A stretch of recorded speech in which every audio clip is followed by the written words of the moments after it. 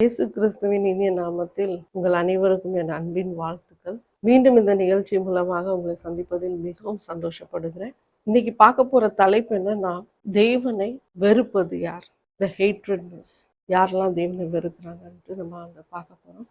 So தேவனை முதலாவது நம்ம ஆண்டவரை விசுவாசிக்காத ஒரு கூட்டம் இருந்தாங்களே, அவங்களே வெறுக்கிற ஒரு கூட்டமாக பார்க்குறோம். when you don't believe God, the Father, the Creator, you hate God. So வெளிப்படுத்தல் 1:8 நம்ம பார்க்குறோம், இருக்கிறவரும் இருந்தவரும் வருகிறவரும் ஆகிய சர்வ வல்லமை உள்ள கர்த்தர் நான் அல்வாவும் ஒமேகாவும் ஆதியும் அந்தவுமா இருக்கிறேன் என்று திருவுளம் பற்றுகிறார். ஸோ இங்கே நம்ம பார்க்குறது என்னன்னா, தேவன் இருந்தவரும் இருக்கிறவரும் வருகிறவருமாய் இருக்கிற அல்மைட்டி காட், சர்வ வல்லவர் என்று நம்ம சொல்லுகிற இந்த தேவன் தான் பிதா. இவர் தான் தெய்வம். ஆனால் இன்னைக்கு உலகம் ஒரு வழியில போய் கொண்டு இருக்கிறது, யார் தெய்வம் என்று அறியாமல் ஒரு திசையில போயிட்டு கொண்டு இருக்கிறது. இன்னும் சொல்ல போனா ஆண்டவரை பின்பற்றி வருகிற பிள்ளைங்க மத்தியில கூட ஒரு சிலர் தேவனை விசுவாசிப்பது கிடையாது. ஸோ ஆண்டவரை நம்ம விசுவாசிப்பது கிடையாது. இதே ஒரு குற்றம் தான். ஆண்டவர் அதை நம்ம ஆண்டவருக்கு விரோதியாக மாறுகிறோம். ஸோ இங்கே நம்ம பார்க்கும் பொழுது மக்கள் தேவனை விரோதிக்கிற ஒரு கூட்டத்தை நம்ம பார்க்குறோம். ஸோ இது இங்கே மட்டும் அல்ல, நம்ம பார்க்குறது போல இவங்க தேவனை நரகத்திலே ஆண்டவரை என்ன பண்ணுறாங்கன்னா விரோதிக்கிறார்கள் என்று ஒரு ஊழியக்காரர் சொல்லியிருக்கிறார். நம்ம ஆண்டவர் எப்படிப்பட்டவர்னா பராக்கிரமசாலி. அதனால் அவருக்கு நிறைய பேர் உண்டு. Yahweh, Adonai, El Shaddai, Elohim, Elyon, இதெல்லாம் தேவனுடைய ஒரு பெயர். ஸோ இந்த தேவன் பராக்கிரமசாலி, the one creator, not many, அநேகர் கிடையாது, ஒருவர் தான் உலகத்தை சிருஷ்டித்தார். அதனால தான் நம்ம பார்க்குறோம், இந்த beginning God created heaven and earth, Genesis 1:1. So இங்கே நம்ம என்ன பார்க்குறோன்னா, இந்த பில் வாய்ஸ் சொல்லக்கூடிய ஒரு ஊழியக்காரர் நரகத்துக்கு கொண்டு செல்லப்படுகிற அவர் அங்கே பார்க்குற, அவருக்கு காட்டப்படுகிற காட்சி எல்லா ஊழியக்காரர்களுக்கும் தேவன் வெளிப்படுத்துகிற வெளிப்பாடை தான் சொல்லுவாங்க. ஸோ இவர் கொண்டு போய் அங்கே விடப்பட்ட நரகத்தில் ஒரு பிரிசனை போல பார்க்கும் பொழுது அங்கே ஒரு கிரியேச்சரை பார்க்குறாரு. அதாவது வியர்ட் கிரியேச்சர். உலகம் சிருஷ்டித்த ஆதி ஏன்ஷியன்ட் வேர்ல்டில் ஆண்டவர் மிருக ஜீவன்களை படைத்தார். அந்த மிருக ஜீவன்கள் வித்தியாசமான ஜீவன்கள். இப்போ பரலோகத்துல கூட நம்ம தேவதூதர்களை எப்படி பார்க்குறோம், வித்தியாசமான தேவதூதர்கள். அதே போல அந்த இந்த பிராணிகளை ஆண்டவர் வித்தியாசமான கிரியேச்சராக படைத்திருக்கிறார். இதெல்லாம் ஆண்டவருக்கு விரோதமாக எழும்புன இந்த ஆவிகளை ஆண்டவர் நரகத்தில் தள்ளிட்டார். ஸோ அவர்கள் மத்தியில ஒரு தேவனுடைய நாமத்துக்கு வெறுப்பை பார்த்திருக்கிறார். தேவனுடைய நாமத்துக்கு விரோதமாக அவர்கள் கண்களில் வெறுப்பை பார்த்திருக்கிறார். So they hated God. They hated God and they hated man. தேவ சாயல்ல படைக்கப்பட்ட மனுஷர்களை அவர்கள் தூஷித்தார்கள், வெறுத்தார்கள் என்று அவர் குறிப்பிட்டிருக்கிறார். ஸோ ஆண்டவர் பிடிக்காதவர்கள், அதாவது ஆண்டவருக்கு விரோதமாக செயல்பட்டவர்களுக்குன்னு ஒரு இடத்தை வைத்திருக்கிறார். அந்த நரகம். அங்கதான் punishment, eternal punishment. Ancient world தப்ப முடியாது, ஆதி காலத்தில் உள்ள உலகம் தப்ப முடியாது. ஸோ இவங்க எல்லாத்தையும் நம்ம பார்க்கிறோம், ஆண்டவர் அங்கே நரகத்தில் வாதிப்பார். அதனால தான் இந்த ஹேட்ரட்னஸ் சாபத்தை கொண்டு வருது. நம்ம ஆதி முன்னோர்கள் அவங்கெல்லாம் ஒரு தேவனை பகைத்தார்கள். எப்படின்னா தேவனை தேடலனாலே ஒரு பகை தான். நம்ம ஆண்டவரை தேடலாம் நம்ம வாழ்க்கையிலனா we are against God. So நம்ம என்ன பண்ணுறோம்னா, ஃப்ரம் ஜெனரேஷன் டு ஜெனரேஷன் அந்த ஆன்சஸ்ட்ரல் கர்வ்ஸை நம்ம கொண்டு வர்றோம். நிறைய பேருக்கு தெரியாது இந்த ஆன்சஸ்ட்ரல் கர்வ்ஸை நம்ம எப்படி பிரேக் பண்ணணும். ஸோ அது ஜெபத்தின் மூலமாக தான் அது முடியும். அந்த ஆன்சஸ்ட்ரல் கர்வ்ஸை நம்ம பிரேக் பண்ணலைன்னா அது remains. So that is repeated. அந்த ஜென்ரேஷனல் கர்வ்ஸ் இருக்கு பாருங்க, அது ரிப்பீட்டட். திரும்ப திரும்ப அந்த அடுத்த தலைமுறைக்கு அது பாஸ் ஆகிட்டே வரும். ஸோ இந்த ஜென்ரேஷனல் கர்வ்ஸ்க்கு நம்ம ப்ரே பண்ணாததுனாலையும் ஆண்டவரை தேடாததுனாலையும் நம்ம பாவங்களின் நிமித்தமும் நம்ம தேவனை விரோதிக்கிறோம். ஸோ தேவனை விரோதிக்கிறது இதுதான். தேவனை தேடவில்லை என்று சொன்னால் நம்ம தான் விரோதியாக இருப்போம். ஸோ இதுக்காக நம்ம ஜெபிக்க வேண்டியது மிக அவசியம். ரெண்டாவது, நம்ம எப்போ தேவனை பகைக்கிறோம்னா when temptation overtakes. ஸோ இதுக்கு குட் எக்ஸாம்பிள் நம்ம பார்த்தோம்னா யோபுவின் வாழ்க்கை. யோபுவின் வாழ்க்கையில எல்லாம் செழிப்பு ஆசீர்வாதத்தை ஆண்டவர் கட்டளையிட்டு இருந்தார். அது வேலி அடைத்து பாதுகாப்பு கொடுத்திருந்தார். நமக்கும் அதே போல தான் ஆண்டவர் வேலி அடைத்து பாதுகாக்கிறார், ஜெபிக்கிறவர்களுக்கு especially. And when you fail to pray, நம்ம ஜெபிக்க தவறினால் நமக்கு ஆண்டவர் பாதுகாப்பு போட முடியாது. அது ஏன் போட மாட்டார் அப்படின்னு நம்ம வாக்குவாதம் பண்ணுவதை விட ஜெபிப்பது நல்லது. ஏன்னா நம்ம ஆண்டவரை தேடி போகணும், அந்த இடத்துக்கு ஆண்டவரை தேடணும். ஸோ ஆண்டவரை தேடும் பொழுது ஆண்டவர் நிச்சயமாக இந்த பிள்ளை இந்த தேடுது, இந்த குடும்பத்தை நான் பாதுகாப்பேன். ஸோ தேவன் நமக்கு எப்படி பாதுகாப்பு கொடுக்குறாருன்னா அந்த யோபுவை போலவே நமக்கு ஒரு பாதுகாப்பு கொடுக்குறார். இங்க யோபு தேவனுடைய பிரியமான குமாரன், தேவனுக்கு ரொம்ப பிரிய குமாரன். ஸோ இவர் வாழ்க்கையில ஒரு திடீர்னு ஒரு மாற்றம் ஏற்படுகிறது. அப்பொழுது அங்க என்ன நடக்குது நம்ம பாருங்க. யோபு 2:6-9.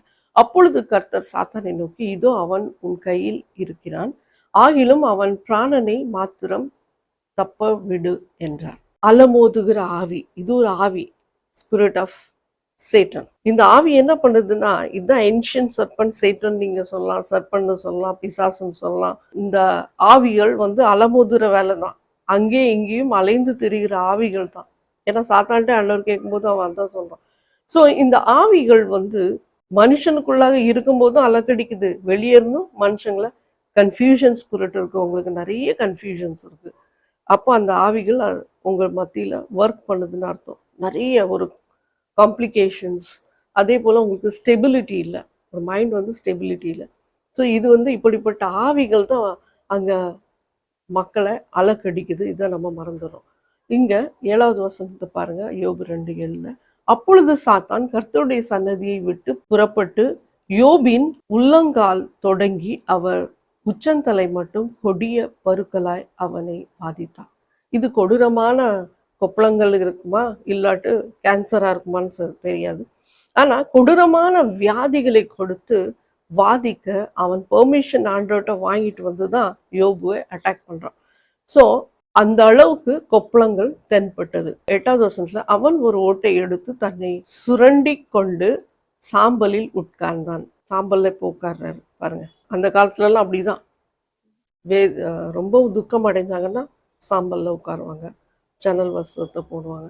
இப்படி தன்னை தானே அவர் வேதனைக்குள்ள இருக்கிறார் என்று அவர் வெளிப்படையாக காண்பித்தார். ஸோ இங்கே வேதனை, அவருக்கு அந்த வேதனை தாங்க முடியல. ஸோ இது என்ன நடக்குதுன்னு அவருக்கே புரியல.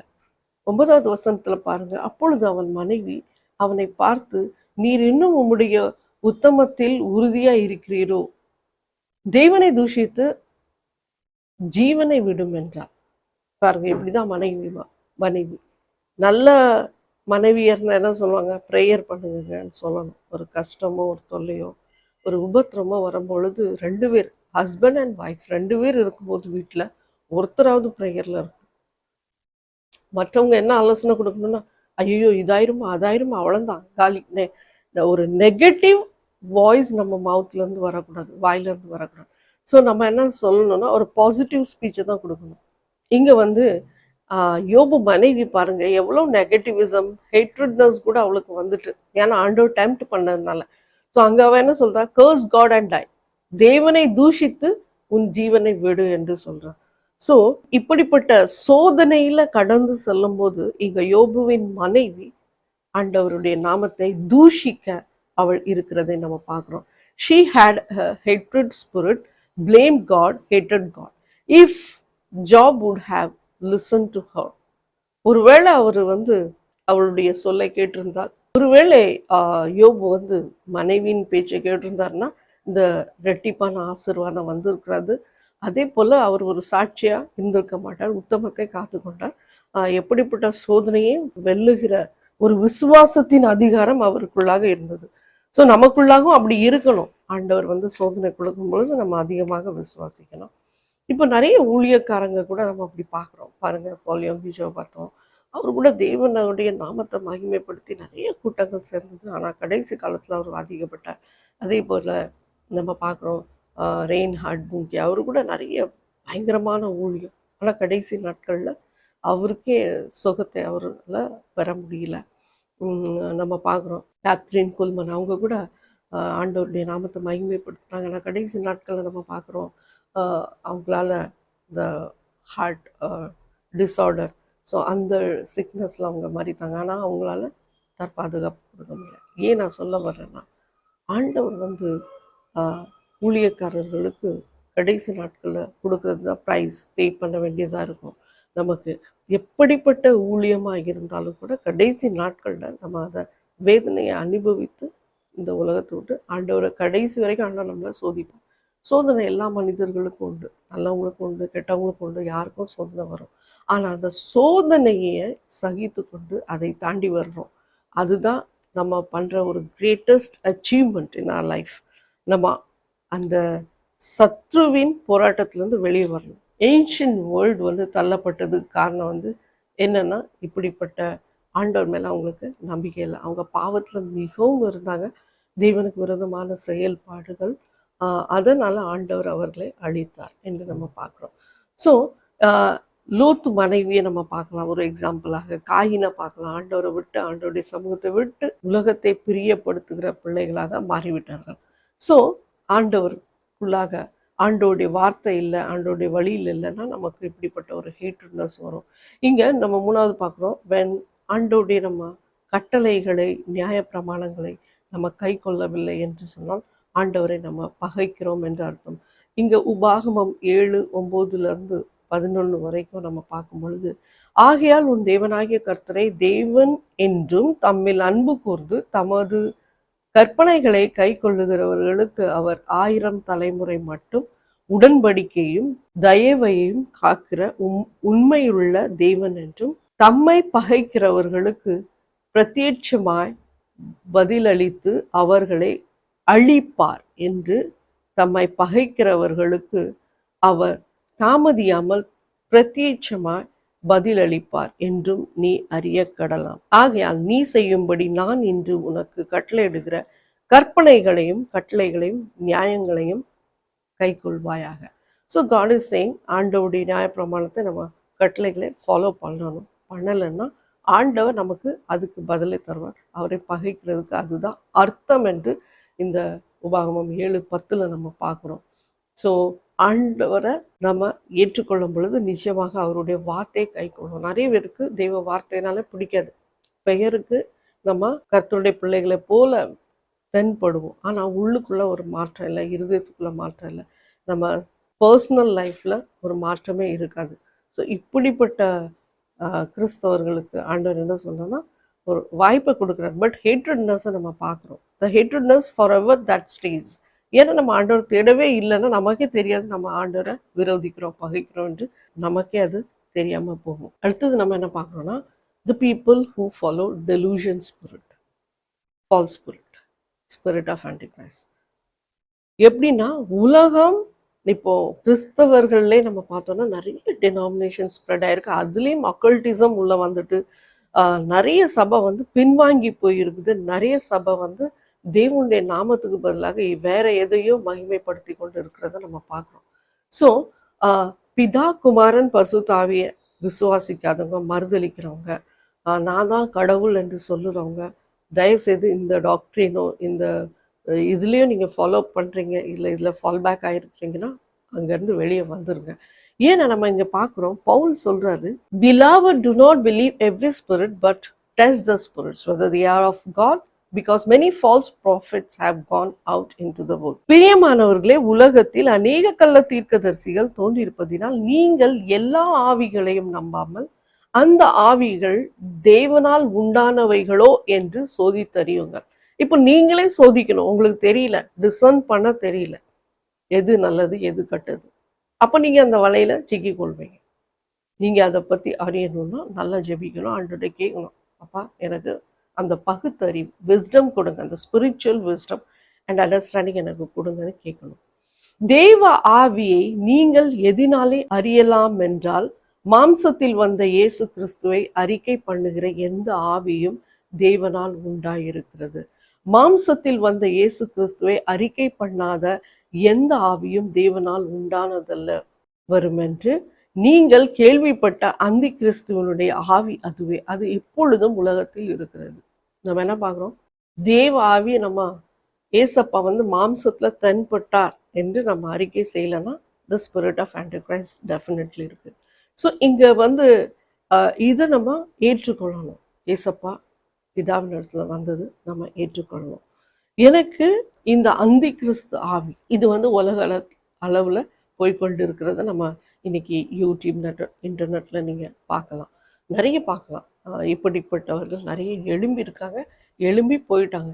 ஸோ நிறைய பேர் சொல்லுவாங்க நான் தான் இயேசு அப்படின்னு சொல்லுவாங்க. நம்பாதீங்க.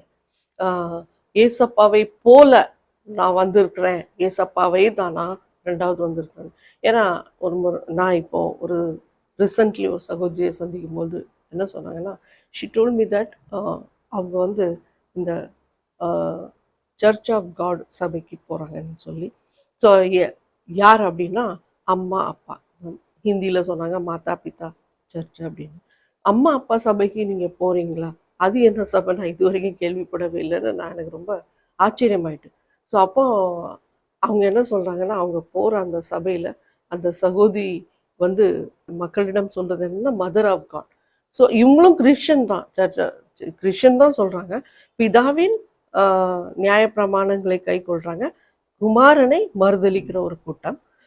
இது வந்து உலக அளவில் பரவி இருக்குது. 150 கண்ட்ரீஸில் இல்லாமல் மில்லியன்ஸ் ஆஃப் பீப்புள் இவங்களுக்கு ஃபாலோவர்ஸாக இருக்காங்க. நானே ரொம்ப ஆச்சரியப்பட்டேன். நம்ம கிறிஸ்துக்குள்ளே வரும்போது நம்ம வளரும்போது நம்ம எவ்வளோ கடின பாதையில் போகிறோம், கஷ்டப்படுறோம். ஆனால் இவங்க எல்லாம் வந்து ஒரு ஸ்கிரிப்சர், ஒரு சின்ன சின்ன ஸ்கிரிப்சர் எடுத்துக்கிட்டு தவறான இது ஒரு அக்கல்டிசம். இது வந்து கிறிஸ்தவர்களே நம்ம சொல்ல முடியாது. ஏன் அக்கல்டிசம்னு சொல்கிறோன்னா, ஏன்னா அவங்களுடைய டாக்டரினே டிஃப்ரெண்ட். ஒரு மனுஷனை ஒரு மனுஷியை வந்து கடவுள்னு நம்ம சொல்லவே முடியாது. It's impossible because word does not permit us to tell that. தேவ வார்த்தை நமக்கு அது அதிகாரம் கொடுக்கவில்லை. எந்த மனுஷியோ நான் தான் கடவுள்னு சொல்லிட்டு அந்த சபைக்கு போகாதீங்க, அந்த இடமே வேண்டாம், அந்த நபரே வேண்டாம். அல்லேலூயா. ஸோ இப்படிப்பட்ட மக்கள் வந்து பிரெயின் வாஷ் பண்ணப்படுறாங்க. இன்னைக்கு இந்தியாவில் நிறைய இடத்துல, மும்பையில் நிறைய இடங்கள்ல இது ஸ்ப்ரெட் ஆகிருக்குது. ஒருவேளை சதர்ன் பார்ட்ஸ் ஆஃப் இந்தியாவில் கூட இருக்கும், நிறைய இடங்கள்ல இருக்குது. அமெரிக்காவில் கூட இந்த சபை வளர்ந்துருக்குது. நான் ரொம்ப ஆச்சரியப்பட்டேன். இவ்வளோ டெலூஷன் ஸ்பிரிட், இவ்வளோ மக்கள் ஏமாற்றப்படுறாங்க. டிசப்டிவ் ஆவியங்களுக்குள்ளாக ஒர்க் ஆகுது. குடும்பங்களில் பிரிவு உண்டாக்குறாங்க, அப்புறமாக தவறான போதனைகளை கொடுக்குறாங்க. ஸோ நீங்கள் ஜாக்கிரதையாக இருக்கணும். ஸோ அவங்க என்ன சொல்கிறாங்கன்னா, அவங்க தான் பிதாவின் தாய், நான் தான் பிதா, நான் தான் ஏசு கிறிஸ்து, இப்படி சொல்கிறாங்க. சாரி டு சே, இது கொரியா தேசத்துலேருந்து எழுப்பப்பட்ட ஒரு சபை. ஸோ இங்கே நம்ம என்ன பார்க்குறோன்னா, தேவன் வந்து எப்படி கிரியேட் பண்ணப்பட்டிருக்கிறோன்னா, ஆதியாகமம் 1:27 தேவ சாயல்ல மனுஷனை உருவாக்கியிருக்கிறார். ஸோ ஆண்டவர் நம்மளை அவருடைய சாயல்ல உருவாக்கியிருக்கிறாரு. அண்ட் ரெண்டாவது ஜெனசிஸ் 2:7 நம்ம பார்க்குறோன்னா, ஆண்டவர் ஒருபடி மண்ணை எடுத்து மனுஷனை உருவாக்கி அதில் அவனுடைய நாசியில தன்னுடைய ஜீவனை, அந்த ஜீவ ஆவியை ஊற்றி அவன் என்ன ஆனான்னா மனுஷனாக தென்பட்டான். நம்ம இந்த வசனத்தை பார்க்கணும். So God breathed in his nostril. So God breathed in his nostril and he became a living soul. So அப்படிதான் நம்ம பார்க்குறோம். ஆனால் திரும்பவும் ஏசப்பா ரெண்டாவது வந்துட்டாங்கன்னு இவங்க எல்லாம் பிலீவ் பண்ணாங்க. இந்த டிசப்டிவ் ஸ்பிரிட் எல்லா இடமும் ஸ்ப்ரெட் ஆயிருக்குது. என்ன சொல்றாங்கன்னா, இதுதான் கடவுளா, ஏசப்பா ரெண்டாவது வந்தாரா? ஏசப்பா ரெண்டாவது இப்படி வரமாட்டார். அதுவும் நம்ம ஸ்கிரிப்சரை நம்ம பார்க்கலாம். ஏசப்பா ரெண்டாவது முறையாக வருவேன்னு கள்ள போதனையை கொண்டு வருகிற இதுல போறவங்க எல்லாருமே பரலோகத்துக்கு போக முடியவே முடியாது. இங்க நம்ம வெளிப்படுத்தல நம்ம பார்க்குறோம், 4வது சபை, வெளிப்படுத்தல் 2ல் 4வது சபைக்கு ஆண்டவர் எச்சரிப்பு கொடுக்குறாரு, தியாத்திரா சபைக்கு. அங்க வந்து இந்த ஸ்திரீ வந்து அநேகரை தவறான போதனையினால் தவறான வழியில நடத்துறா. விபச்சார ஆவி கூட கம்பேர் பண்றாரு. இப்படிப்பட்ட ஸ்திரீ, த ப்ராஃபட்டஸ், கடுமையாக தண்டிக்கப்படுவார்கள் என்று வேதத்துல தெரிவிச்சிருக்குது. she will be she is deceptive, she is having the deceptive spirit and deceiving others. So அதனால ஆண்டவர் என்ன பண்றாருன்னா கடுமையாக பாதிப்பார். ஏன்னா ஆனா அந்த சபைக்கு ஆண்டவர் சொல்றாரு, நீங்க வந்து ஓவர் கம் பண்ணி வரணும். நீங்க எப்படிப்பட்ட வலையில சிக்கி கொண்டதுனால you have to overcome those things. So அதுலேருந்து நீங்கள் வெளியே வரணும். வரலைன்னா ஆண்டவர் நியாயம் விசாரிப்பார். அவங்க என்ன சொல்கிறாங்க, இந்த இப்படி விழப்பட்ட சபை என்ன சொல்கிறாங்கன்னா, அவங்க வந்து பரலோகத்தில் மேரேஜஸ் இருக்கும். ஆனால் இங்கே வந்து மேரேஜ்க்குள்ளே அந்த கான்செப்டை அவங்க ஃபாலோ பண்ணல, அந்த தியரியை. ஒரு ஹஸ்பண்ட் அண்ட் ஒய்ஃப் இருக்காங்கன்னு வச்சுக்கோங்க. அவங்களுக்கு வந்து ஆண்டவர் வந்து எதுக்கு இந்த உலகத்தில் படைச்சிருக்கிறாரு? ஒரு நல்ல அருமையான ஒரு குடும்பமாக, ஆண்டவரால் ஆசீர்வதிக்கப்பட்ட குடும்பமாகவும் அவர்கள் பெருகணும்னு தான் ஆண்டவருடைய விருப்பம். ஊழியக்காரர்களாக இருந்தாலும் கூட இப்போ இந்த சபையில் போகிறவங்க வந்து ஹஸ்பண்ட் ஒய்ஃபை தனியாக பிரிச்சுறாங்க. அங்கே என்ன பாவம் நடக்க தான் செய்யும். ஒருத்தர் ஆவியில ஜலத்தில் பெறாவிட்டால் அவன் மாம்சமாக தான் இருப்பான். ஏன்னா அங்கே வந்து spirit of God is not under work, or spirit of God is not controlling them. So தெய்வ ஆவியை பெற்றாதான் ஒரு மனுஷனோ மனுஷியோ பரிபூர்ணம், அதாவது கம்ப்ளீட் ஹோலினஸ்ல வர முடியும். But you have to again charge your battery. அதுதான் எப்படின்னா டெய்லி அந்த ப்ரேயர் லைஃப்லேயும் இருக்கணும். இல்லாட்டா அவங்களும் ஃபால் பேக் ஆகக்கூடிய சான்சஸ் இருக்குது. ஏன்னா பிசாசு அதுக்கு தான் அலமோதிட்டு இருக்கான். பட் ஒருத்தர் ஸ்பிரிச்சுவல் லைஃப்ல இல்லாமல் இப்படி மாம்ச உலகத்தில் பிரிந்து இருக்கும்போது அங்கேயும் என்ன ஆகும்னா there are chances for adultery. So fornication நடக்க மிகவும் சான்சஸ் அதிகமாக இருக்குது. இப்படிப்பட்ட ஒரு போதனை கொடுத்து தான் இவங்க எல்லாம் என்ன பண்ணுறாங்கன்னா ஸ்ப்ரெட் பண்ணுறத இதில் தெரியப்படுத்தியிருக்கிறாங்க. ஸோ நம்ம அதுலேருந்து ஜாக்கிரதையாக இருக்கணும். லூக்கா 20:35-36 ஆண்டவர் என்ன சொல்லியிருக்காரு, ஏசப்பா என்ன சொல்லியிருக்காருன்னா, பரலோகத்தில் மேரேஜஸ் கிடையாது. நம்ம எப்படி ஏஞ்சல்ஸ் இருப்பாங்களோ அதே போல தான் மறுமை ராஜ்யத்தில் வந்து தேவதூதர்களை போல தான் நம்ம sons of God, sons of டாட்டராக இருப்போம். ஸோ அங்கே ஆண்டவர் அப்படி தான் நம்மளை பார்க்குறாரு. இவங்க என்ன சொல்கிறாங்கன்னா அங்கே போய் மேரேஜ் பண்ணுவாங்கன்னா அப்படியெல்லாம் கள்ள போதனை கொடுக்குறாங்க. ஸோ ரொம்ப சபை வந்து ஜாக்கிரதையாக இருக்கணும். மத்தேயு 24:5 4:5 ஒருவனும் உங்களை வஞ்சியாதபடிக்கு எச்சரிக்கையாக இருங்கள். ஏனெனில் அநேகர் வந்து என் நாமத்தை தரித்து கொண்டு நானே கிறிஸ்து என்று சொல்லி அநேகரை வஞ்சிப்பார்கள். பார்த்தீங்களா? ஒரு கடைசி நாட்களில் not one, Jesus is not saying that one person. இன்னைக்கு அப்படி இல்லை. நீங்கள் நெட்டில் போய் பாருங்க, நிறைய பேரை நீங்கள் பார்க்க முடியும். நான் இதை கொஞ்ச நாட்களுக்கு முன்னாடி இதே மாதிரி என்னொன்று பார்த்தேன். நிறைய பேர் ஏமாந்து அவங்க தான் கடவுள்னு அவங்கள ஃபாலோ பண்ணிட்டு போறாங்க. மனுஷனை அவங்க ஆராதிக்கிறாங்க. ஸோ நீங்க ஜாக்கிரதையா இருங்கள், வஞ்சியாதபடிக்கு ஜாக்கிரதையா இருங்கள்.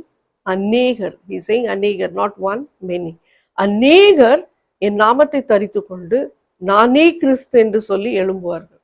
அதுதான் ரொம்ப ஜாக்கிரதையாக இருக்கணும். ஸோ அதுதான் இந்த வசனத்தை நம்ம பார்க்குறோம். 24:24 false Christ and false prophets will rise and perform great signs and wonders so as to lead astray if possible even the elect.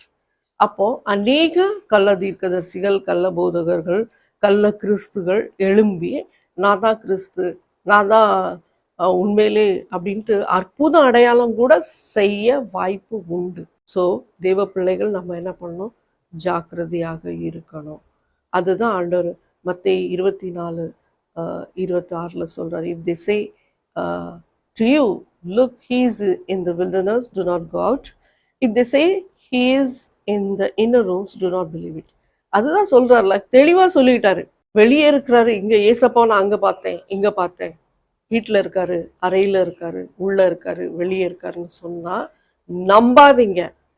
குகையில இருக்காரு ஏசப்பா, இல்ல அந்த வீட்டு உள்ள இருக்காரு, இல்ல இவங்க ஏசப்பா வந்து தான் மறுபிறவி பிறந்திருக்கிறாரு, இப்படியெல்லாம் கதை உருவாக்குறாங்க. அப்படி கிடையாது. ஹல்லேலூயா. நம்ம என்ன பார்க்குறோம்? அப்படி கிடையவே கிடையாது. வெளிப்படுத்தல் 19:14 நம்ம பார்க்குறோம், ஏசப்பா கடைசியாக வருவார். எப்படி வருவார்னா எக்காலத்தோடு வருவார். அதுவும் இல்லாமல் ஆர்மீஸ், அநேக தேவதூதர்கள் அவருக்கு பின்பாக வருவார். அது மட்டுமல்ல, அவர் எப்படி ஈஸ்ட்ல தென்படுறாரோ அப்படிதான் வெஸ்ட்ல தென்படுவார். ஒரு திசையில இருந்து தென்படும் பொழுது எல்லா திசையிலும், அப்படின்னா ஒரு திசையில இருட்டு இருக்கும், ஒரு திசையில பகல் இருக்கும். நம்ம பார்க்குறோம், பூமி ரவுண்டா இருக்குது, உருண்டையா இருக்குது பூமி. ஸோ ஒரு பக்கம் தென்படும் பொழுது அங்க இருட்டா இருக்கலாம், இன்னொரு பக்கம் பகலா இருக்கலாம், ஒரு பக்கம் பகலா இருக்கலாம், இருட்டா இருக்கலாம். மற்ற பகுதியில எப்படி தென்பட்டாலும் எல்லாருக்கும் அவர் காட்சி அளிப்பார் தான் வேத வசனத்தில் எழுதியிருக்குது. அப்போ அவருடைய 2ஆம் வருகை எப்படி இருக்குன்னா பயங்கரமா ஒரு வல்லமையோடு தான் அவர் தென்படுவார்னு வெளிப்படுத்தல் எழுதியிருக்கு. நம்ம டாக்டரினை புறக்கணிக்க முடியாது, மாற்றி எழுதவும் முடியாது. ஜாக்கிரதையாக இருக்க வேண்டிய காலம் இது.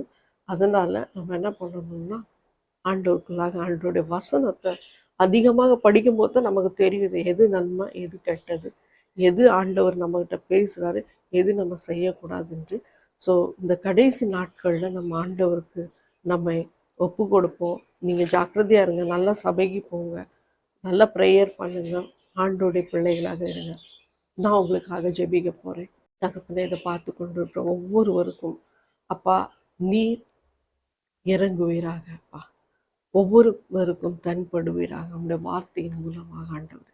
அப்பா தரிசனங்கள் மூலமாக, சொப்னங்கள் மூலமாக தென்படுங்க ஆண்டவரே. சப்பா அப்பா உம்மை உம்முடைய வார்த்தைக்கு விரோதமாக செயல்படுகிற ஆவிகளை இயேசுவின் நாமத்தில் ஆண்டவரே நான் ஜெபிக்கிறேன். அதை நிர்மூலமாக்கி போடுங்க.